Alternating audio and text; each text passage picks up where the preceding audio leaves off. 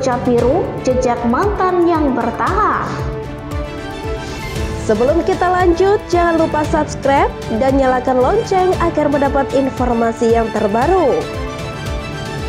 Sikap cerewet kader Demokrat yang terlihat tidak terima soal cat pesawat kepresidenan yang semula berwarna biru menjadi merah putih, akhirnya menjadikan olok-olokan warganet di sosial media. Bagi saya secara pribadi, pergantian dari biru ke merah putih itu istimewa. Jokowi sedang memperlihatkan kepada rakyat dan di dunia internasional, merah putih adalah lambang bendera negara kita. Maknanya dalam, tidak sekedar ganti warna saja. Tapi hal ini berbeda dengan kader Demokrat. Andi Arief, Ketua Bapilu Partai Demokrat yang banyak dikutip oleh berbagai media memberi pernyataan, pergantian cat pesawat disinyalir upaya pemerintahan Jokowi menghapus jejak SBY. Rupanya Andi Arief lupa kalau pesawat itu milik rakyat Indonesia, dibeli dari uang rakyat, bukan milik Demokrat atau SBY. Lagi pula pergantian cat pesawat kepresidenan bukan untuk hapus jejak SBY, toh manfaatnya dan fungsinya sama tidak berubah. Justru menurut warganet, pemerintahan sekarang masih baik hati menyisakan beberapa proyek mangkrak untuk dijadikan kenangan. Dengan kata lain, pemerintahan tidak menghapus jejak, jadi semestinya Andi Arief dan kawan-kawannya itu tidak perlu khawatir. Jejak SBY masih ada. Nah, siapa yang tidak tahu Wisma Atlet Hambalang atau oleh warganet biasa sebut Candi Hambalang beberapa hari belakangan ini kembali viral. Pasalnya ada foto beredar di sosial media Wisma Atlet Hambalang bercat biru. Seperti yang dilansir oleh suara.com berikut ini. Viral Wisma Atlet Hambalang dicat biru dan ada bendera Demokrat. Ini adalah hasil editan. Hal itu menyusul rame-rame polemik pengecatan warna pesawat kepresidenan Republik Indonesia atau RI. Para kader Partai Demokrat mengkritik keras keputusan tersebut. Setelah itu muncul foto editan proyek Hambalang berwarna biru tersebut beredar di jejaring media sosial Twitter dan diunggah oleh akun @ngex. Dalam kicauannya, dia membahas soal warna pesawat kepresidenan yang sebelumnya berwarna biru dan diganti jadi merah putih. Menurut akun tersebut, sebenarnya warna biru juga bisa dimaknai dengan peristiwa penyobekan bendera Belanda di Hotel Oranye Surabaya, di mana para pejuang membuang warna biru dan menjadikannya bendera merah putih. Warna yang nabrak dengan RI dulu sejarahnya, yang biru itu disobek dan dibuang, maka lahirlah merah putih. Tapi pakar kondomatika malah pengen pertahanin birunya. Cuitnya dikutip Hoax pada Kamis 5 Agustus 2021. Kemudian bersamaan dengan kicauan itu, dia pun mengunggah sebuah potret yang memperlihatkan mega proyek Wisma Hambalang dicat berwarna biru dan dikibarkan pula bendera Partai Demokrat. Usut punya usut, foto tersebut hanyalah editan dan meme sindiran belaka. Dalam foto itu terlihat pula narasi yang menyindir soal penolakan dari Partai Demokrat terkait pergantian cat pesawat kepresidenan yang semula berwarna biru menjadi merah. Silahkan Demokrat kalau tidak terima warna biru dicat ulang, bisa cat Hambalang saja sepuasnya, bunyi narasi dalam gambar tersebut.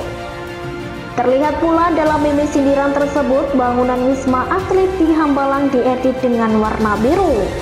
Kemudian di bagian atap bangunan itu berkibar pula bendera lambang Partai Demokrat. Kendati demikian, tidak diketahui lebih lanjut siapa pihak yang membuat meme penuh sindiran tersebut. Gelombang protes kader Demokrat soal cat pesawat ini memang cukup menyita perhatian warganet. Antara lucu, aneh, gemes, dan jengkel campur aduk menjadi satu. Akhirnya yang dapat dilakukan oleh para warganet dengan melakukan berbagai macam ekspresi, bentuk jawaban, dan sindiran. Salah satu caranya dengan membuat meme. Memang akhir-akhir ini Partai Demokrat memang seperti sengaja berakrobat ke sana kemari. Pernyataan-pernyataan mereka kerap membuat warganet kesal, dari ketua umum mereka AHY, diikuti para kader sampai istrinya Anissa Pohan beberapa kali terlihat berseteru dengan warganet. Partai Demokrat sering memberi kritik kepada pemerintah, akan tetapi ketika dibalas kritik oleh warganet atau penggiat sosial media menjadi perang. Ujung-ujungnya para warganet atau penggiat sosmed yang memberikan jawaban menohok atas cuitan atau pernyataan mereka dikatakan buzzer P. Memang sebutan buzzer P adalah cara terakhir para politisi atau pengamat bahkan simpatisan mereka yang tersudut dalam berargumentasi. Terlihat kumpulan orang kalah maunya mencubit tapi tak mau dicubit. Para kader Demokrat dan simpatisannya itu semestinya sadar, melawan buzzer itu sama saja melawan rakyat Indonesia. Buzzer itu juga kumpulan masyarakat. Bahkan para buzzer itu sudah memproklamirkan diri sebagai buzzer NKRI, yang artinya mereka hanya ingin negara Indonesia ini dalam kondisi damai. Dan kecintaan mereka diwujudkan dengan menyerang pihak-pihak yang berusaha membuat gaduh dan kisruh di NKRI. Demikian, salam.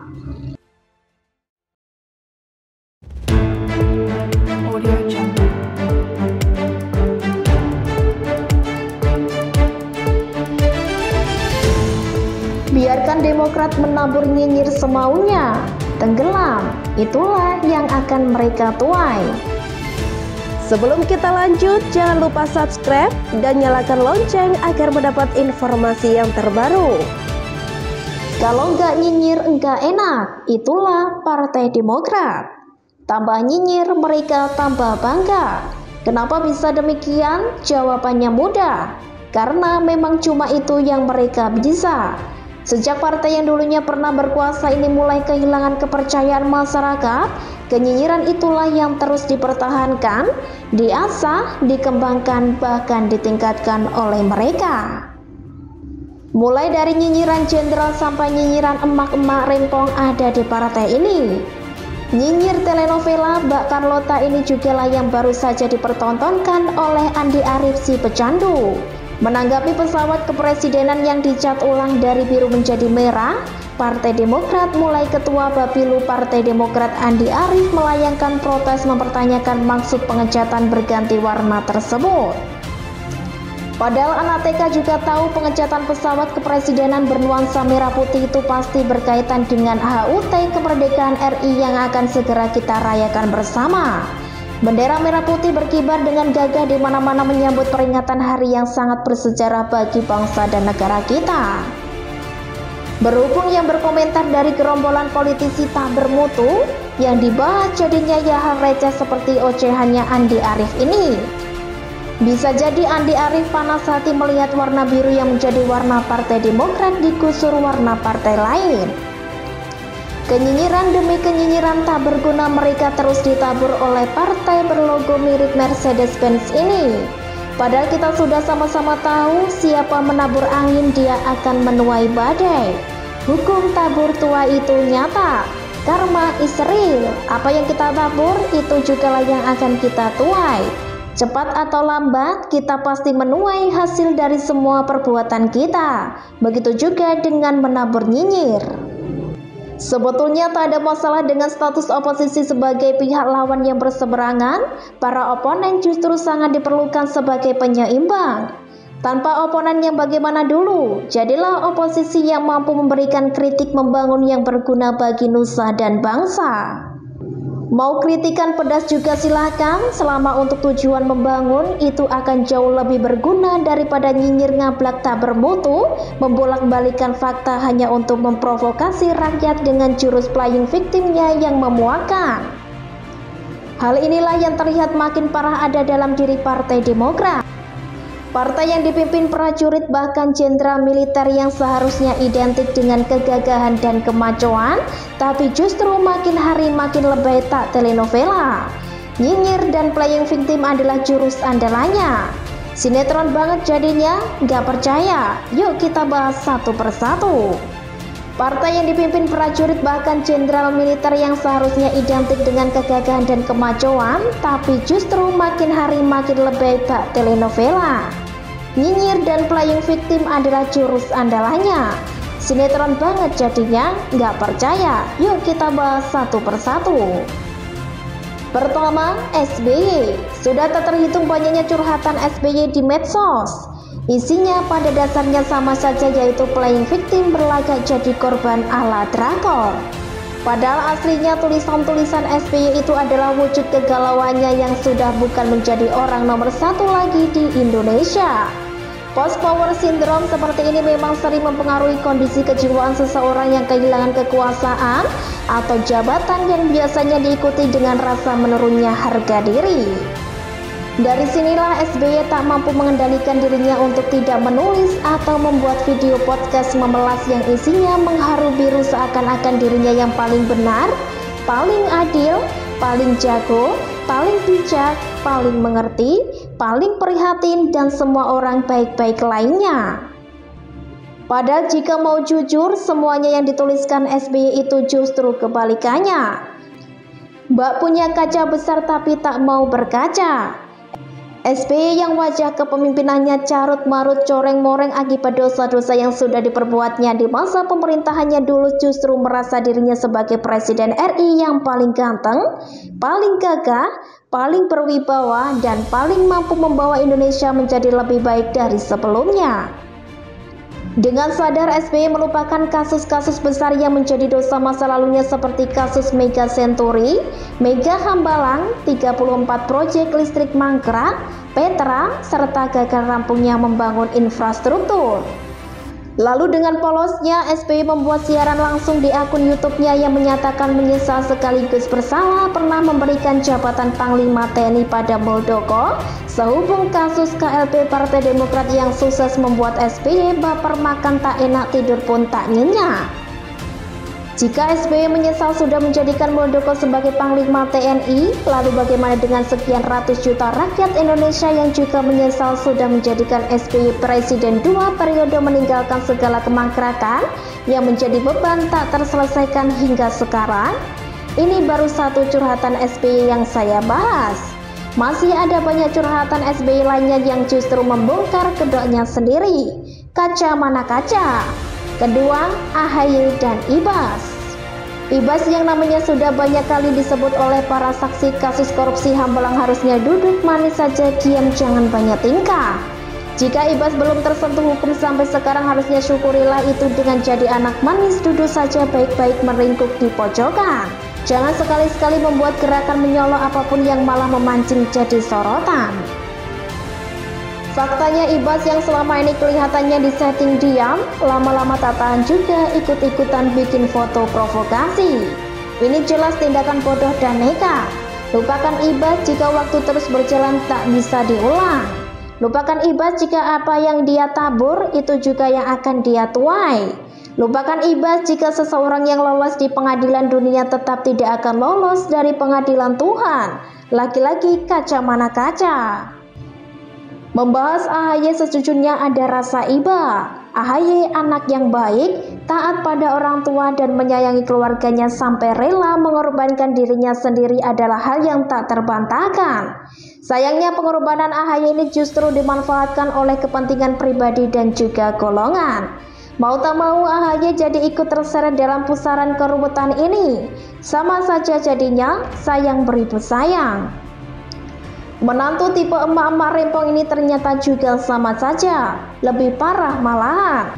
Ngablak keluar-keluar di medsos tanpa mau berkaca pada keadaan dirinya sendiri, keluarganya atau bapaknya yang berstatus koruptor, dan keluarga besar suaminya serta partainya sudah menjadi ciri dari emak baperan yang satu ini. Ujung-ujungnya juga sama saja playing victim seperti mertuanya.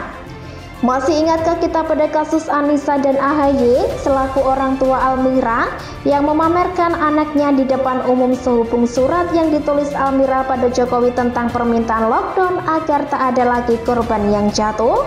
Giliran kasus yang menyeret Almira ini jadi bahan olok-olokan netizen, Anissa juga yang ngamuk uring-uringan terutama pada Denny Siregar kala itu. Aneh bin sakar PDW. Pamer woro-woro di medsos berarti juga harus siap dengan segala resikonya. Bisa dipuji tapi bisa juga dibully netizen. Kalau cuma berharap pujian ya jangan pamer di medsos yang isinya beragam orang. Cukup pamer saja di depan para abdi dalam Partai Demokrat. Pujian setinggi langit pasti langsung mengalir deras. Baru-baru ini sebuah kesalahan fatal juga dilakukan Anissa sehubung mengutip ayat Al-Quran tapi keliru. Dan seperti biasa minta maaf serta mohon dimaklumi langsung diajukan. Ya gak apa-apa juga sih mestinya, namanya manusia tak ada yang luput dari salah dan kilaf. Yang gak boleh salah, gak boleh kilaf, gak boleh dimaklumi dan gak boleh dimaafkan cuma Ahok seorang. Jokowi juga, semua kan salah Jokowi. Betul apa betul? Keempat, pengurus atau kader Partai Demokrat. Menerangkan di bagian ini tak perlu panjang lebar. Jujur saja salut dengan mental para pengurus dan kader Partai Demokrat yang kuat dan tebal bagaikan baja. Tak tahu malu tepatnya, mantan Menteri Pemuda dan Olahraga contohnya. Kita tentunya masih ingat saat politikus Partai Demokrat yang punya hubungan khusus dengan Panji ini pernah nyinyirin ketupat dan panci yang ada di dalam video ucapan selamat Hari Raya Idul Fitri 1441 Hijriah Presiden Jokowi. Cuma manusia nggak punya kerjaan yang ngintilin Jokowi sampai seperti ini. Dengan keberadaan kader-kader Partai Demokrat yang lengkap bak menu komplit, mulai dari koruptor ada, pecandu hingga pengepul perabotan juga ada, mau yang model apa saja ada di partai yang satu ini. Cuma ada satu kata jadinya, hebat. Akhirnya saya bisa mengambil kesimpulan, biarkan saja Partai Demokrat nyinyir tiada henti mengomentari banyak hal sesuka hatinya. Saat ini rakyat Indonesia sudah banyak yang melek politik sekaligus dewasa politik berkat belajar dari pengalaman berharga di masa lalu. Jadi, sepak terjang Partai Demokrat yang nyinyir dan suka playing victim ini tak perlu diambil hati. Kita buat lucu-lucuan saja untuk menghibur diri. Karena pada akhirnya siapa yang menabur angin dia juga lah yang akan menuai badai. Pada akhirnya partai yang seperti ini akan tenggelam dengan sendirinya. Pada saatnya nanti partai yang besar dan pernah berkuasa ini hanya akan jadi tinggal kenangan saja. So silahkan dilanjutkan terus nyinyir dan playing victimnya sampai 2024 nanti. Karena memang cuma itu kemampuan dan keahlian mereka. Begitulah kura-kura.